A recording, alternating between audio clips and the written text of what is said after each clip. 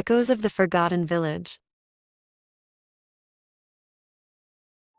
Mira had always known something was wrong with her village. It wasn't just the thick fog that never lifted or the forest that seemed to whisper secrets to those who listened closely enough. It was the stories the elders told of a time when the village was part of a world beyond the mountains, a world no one had seen for generations. The outside world was just a distant memory, faded and forgotten. One chilly morning, Mira stood at the edge of the village, staring into the fog, as she often did, when she noticed a figure emerging from the mist. A man, cloaked and weary, stumbled into view. His clothes were tattered, and he clutched an old, weathered map in his hand. "Are you from outside?" Mira asked, her voice trembling with a mix of fear and excitement. The man nodded. "I'm Elias," he said, his voice rough from the cold. "I've been searching for this place for a long time." Mira's heart raced. Why? No one ever finds this village. It's hidden, protected or cursed, Elias replied, a shadow passing over his face. He held up the map,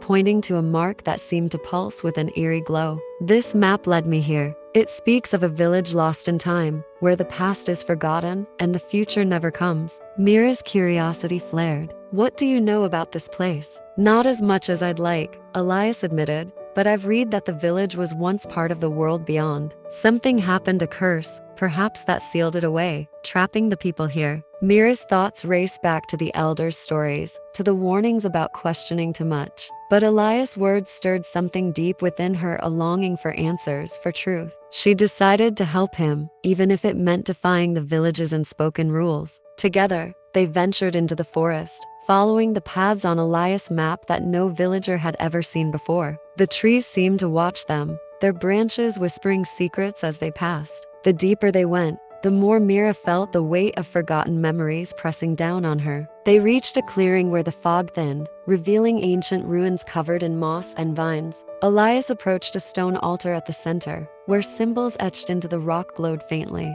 "This is it," he said softly. "The heart of the village is past." Mira stepped closer, her breath catching as memories flooded her mind, images of people she didn't recognize, places she had never seen, but somehow knew. She realized the village had once been alive with laughter and light, connected to the world beyond. But something had happened, something terrible, that had caused the villagers to retreat into the fog, to forget. It was a choice, Elias murmured, as if reading her thoughts. To protect themselves, they chose to forget, but in doing so, they lost everything. Mira looked at the glowing symbols, feeling the weight of generations of silence and fear. "Can we undo it? Can we bring back what was lost?" Elias hesitated. "It's possible, but it won't be easy. The curse was born of fear, and breaking it will require facing that fear. It could change everything or destroy it all." Mira felt a surge of determination. She thought of the villagers, of the life they had forgotten, and the future they would never know if the curse remained. "I have to try,"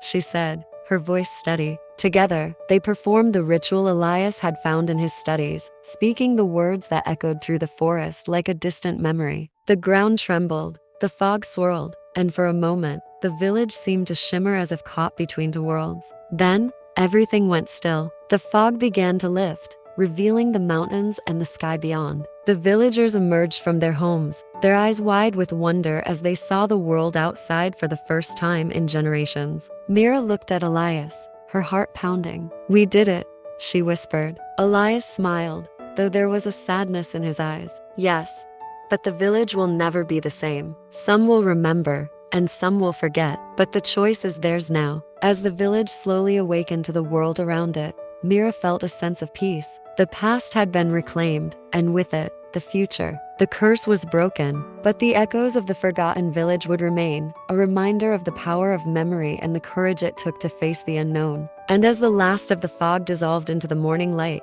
Mira knew that she had found what she had always been searching for herself.